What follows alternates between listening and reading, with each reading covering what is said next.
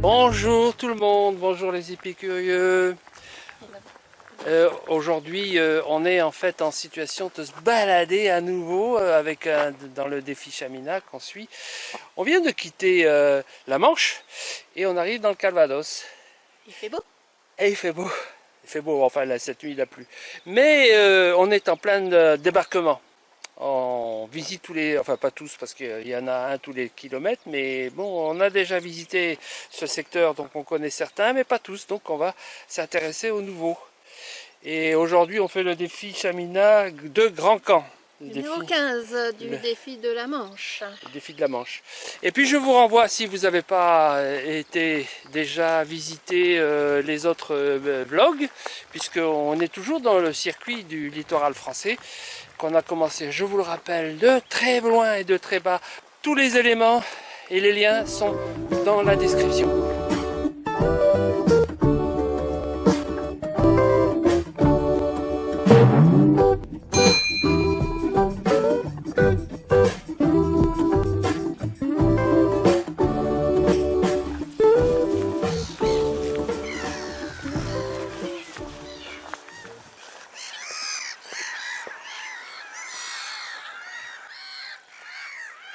On arrive à Grand Camp, qui doit être par là. Et puis là, au bout, c'est la pointe du Hoc, où la rando nous amène, mais on n'ira pas. Non, ça ne nous amène pas, mais c'est un haut lieu du débarquement.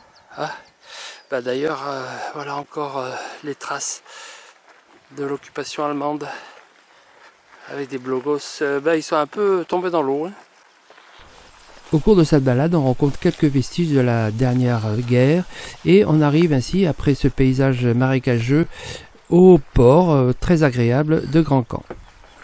Et avec un drôle de bateau. Playmobil, c'est comme ça qu'on l'a appelé, dans la marina de Grand Camp.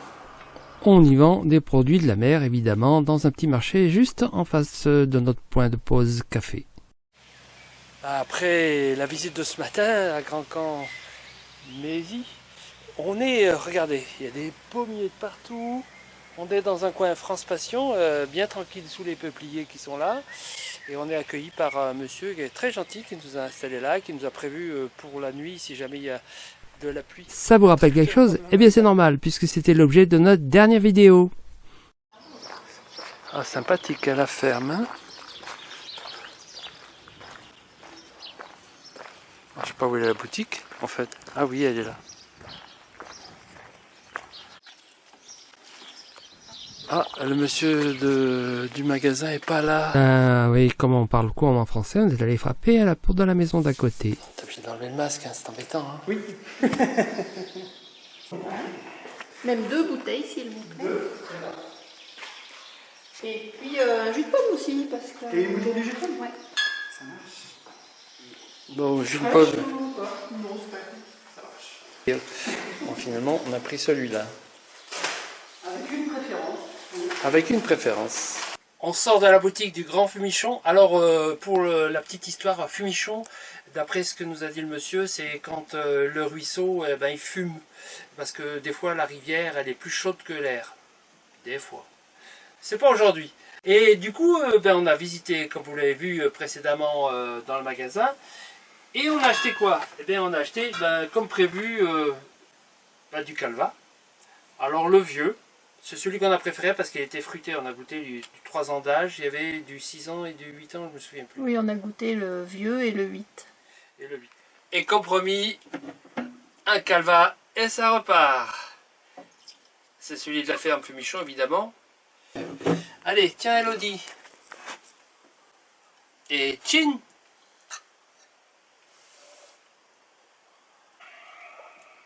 Ah, il est bon. Bien goûte. Alors, ça nous a fait beaucoup penser à notre rhum martiniquais. Et du coup, on a préféré celui-là parce qu'il avait un peu plus le goût de pomme. Et puis alors 2 vinaigres de cidre. Parce que c'est bon pour tout le vinaigre de cidre. C'est très bon bon pour la santé. Très bon pour la santé. Et puis du jus de pomme. Parce que ça, c'est une valeur sûre. Bon voilà, c'est une valeur sûre, on va le mettre au frais pour le boire frais. Puis on a goûté aussi le cidre qui était très bon, mais comme on a quand même bu beaucoup de cidre jusqu'à présent, on va goûter plutôt le jus de pomme qu'on n'a pas encore goûté. Une fois bien installé dans le verger, on va faire un petit tour dans la ferme et voir les vaches et les veaux, puisque Voilà. c'est une production laitière aussi. Les veaux. Tu vas pas me manger la main. Oui. Non, mais j'ai rien à tétouiller, moi. J'ai rien à tétouiller. Tu veux lécher l'appareil? Regarde l'autre qui vient en courant. Gourmand. Comme vous ne pouvez pas l'imaginer, en ce moment on n'est pas en train de se promener dans les bois, on est en train de chercher Un glacier. un glacier, parce que la ferme d'à côté fait des glaces. Alors on passe d'une ferme à l'autre pour aller acheter une glace. Avec le bon lait des vaches. Avec le bon lait des vaches qui sont là, les vaches elles sont auprès ici en ce moment. C'est bien un temps à glace, hein. Oui, attends la glace. Oui, bon, passons. Eh bien justement, si vous passez par là, ne manquez pas de vous arrêter à cette ferme, la Aiserie. Vous allez manger les meilleures glaces que vous avez jamais mangées depuis très longtemps. Le lendemain, nous partons pour Arromanches pour la visite de la ville, du musée et des plages du débarquement, mais aussi pour une balade Chamina. Voilà l'emplacement du parking de nuit pour Arromanches. C'est un peu serré, mais Au bout du parking, on est seul. alors on est là face à un coin, quand même c'est sympathique comme coin. Bon, sur le parking prévu pour les camping-cars, on est quand même face à la plage, avec le port artificiel créé lors du débarquement. Franchement, bon, c'est un parking payant, mais on est bien qu'il y ait du monde. Mais bon, là, on ne le voit pas, le monde. Et on va aller assister à un spectacle, et c'est le cinéma circulaire. Ouais, 360 degrés pour reconstituer le débarquement. Alors, débarquement qui a eu lieu ici.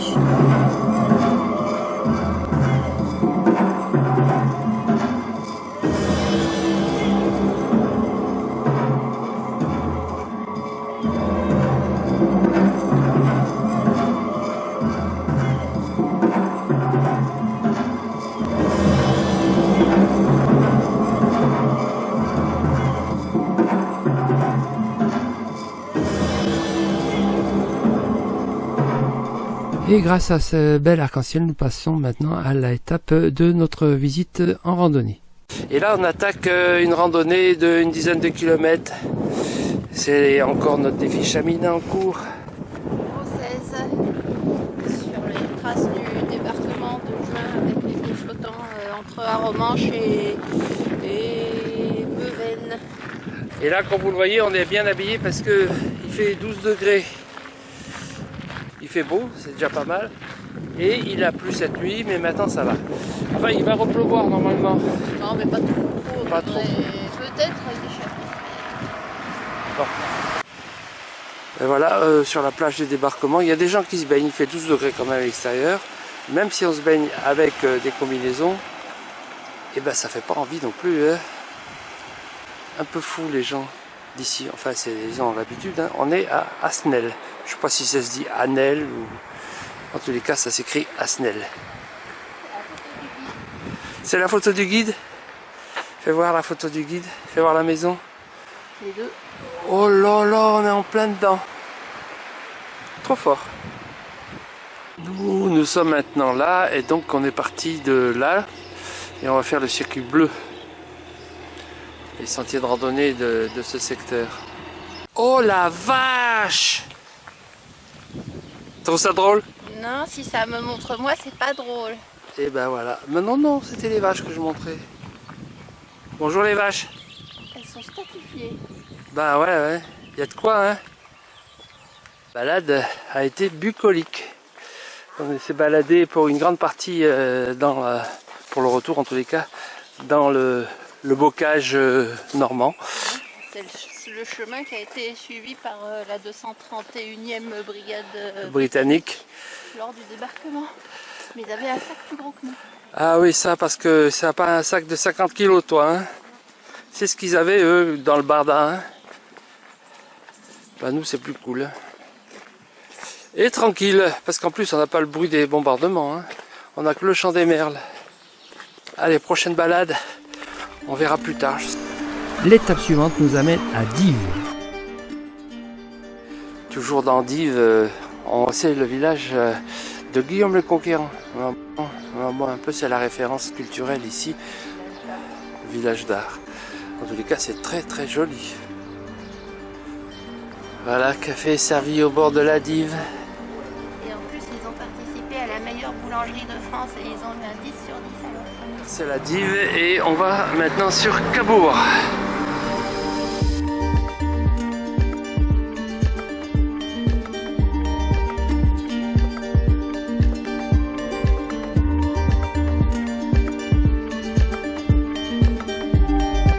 J'ai envie, hein? Ça fait les madeleines de Proust. C'est marqué dessus. Ah d'accord. Eh bien nous sommes devant la maison de Marcel Proust. Non, c'est pas la maison, c'est là où il passait ses vacances, c'est ça? D'où les madeleines de Cabourg.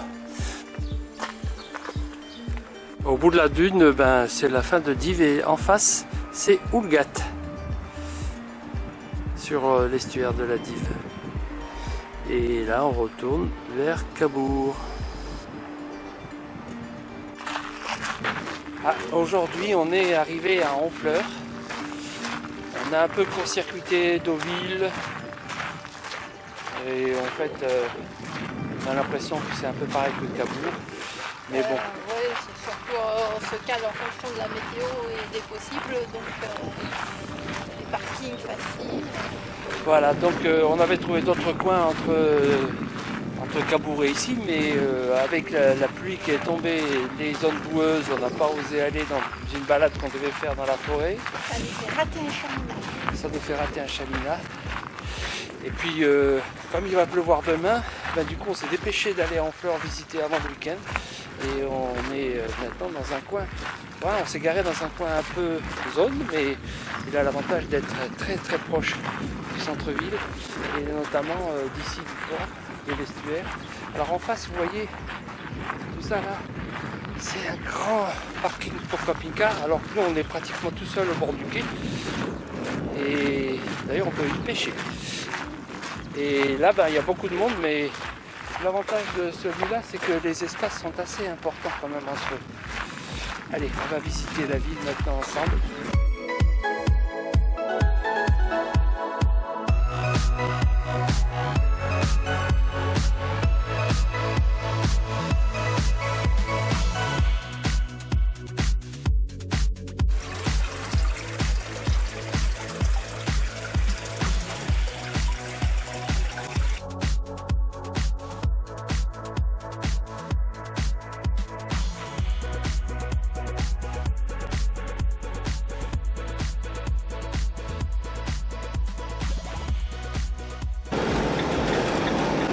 On va quitter maintenant le Calvados pour aller en Seine-Maritime.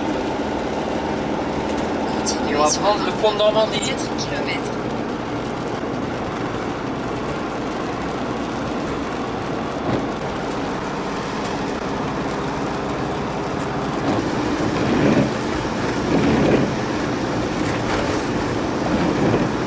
Et on en profite pour vous dire bye bye au prochain vlog. Ça sera Seine-Maritime. Ciao! La Seine.